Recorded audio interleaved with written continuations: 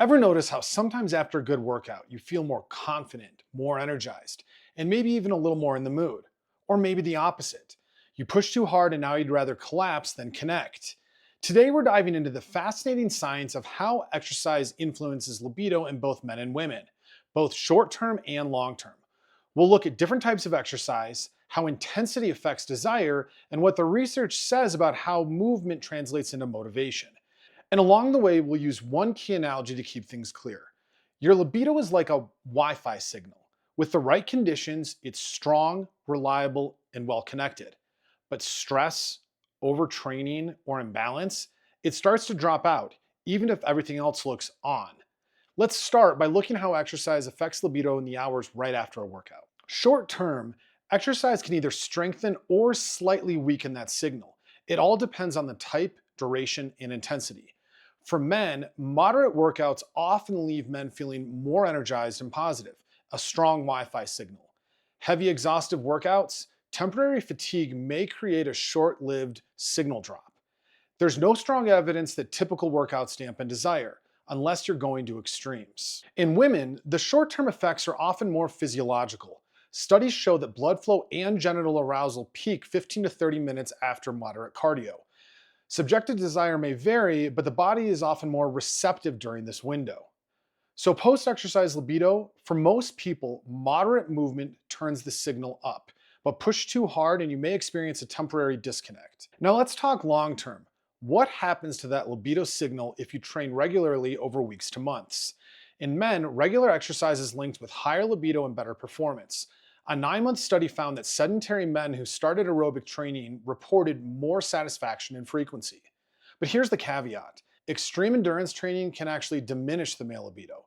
One study found that men training greater than 10 hours a week were 5 to 7 times more likely to have low desire. Think of it like bandwidth. Moderate training keeps your libido connected and responsive.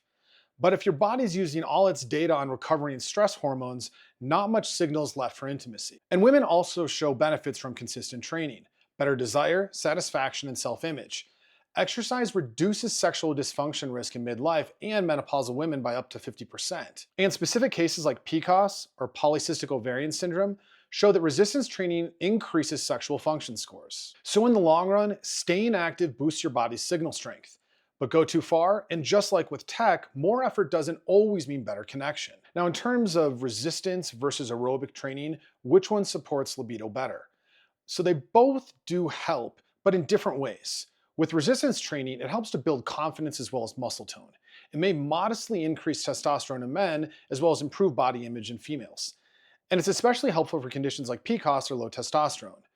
In terms of aerobic exercise, it helps to boost cardiovascular health, leading to better blood flow and overall better sexual function. One study shows that 30 minutes of walking a day reduces the risk of dysfunction by up to 41%. Additionally, it improves endurance, mood, and energy, all key drivers of desire. The bottom line, basically think of resistance as signal stability and cardio as network speed. Together, they optimize performance. Now, what about age or health conditions? So older adults benefit tremendously from staying active. Over 50, regular activity doubles the odds of remaining sexually active. And in terms of clinical populations, PCOS, low testosterone, as well as SSRI-induced dysfunction all show improvement with regular movement, especially when tailored. So things like resistance training for hormonal balance, and then yoga for stress reduction. So what's the signal strength of your libido? If you're exercising regularly with balance and recovery in mind, odds are it's running at full bars. So to recap, in terms of short-term benefits, moderate exercise leads to a stronger signal, especially in women. Long-term, consistency boosts desire in both men and women. The type matters. Strength plus cardio seems to provide the best connection. And lastly, too much, like any system, overload causes lag. The key isn't just moving more, it's moving smart.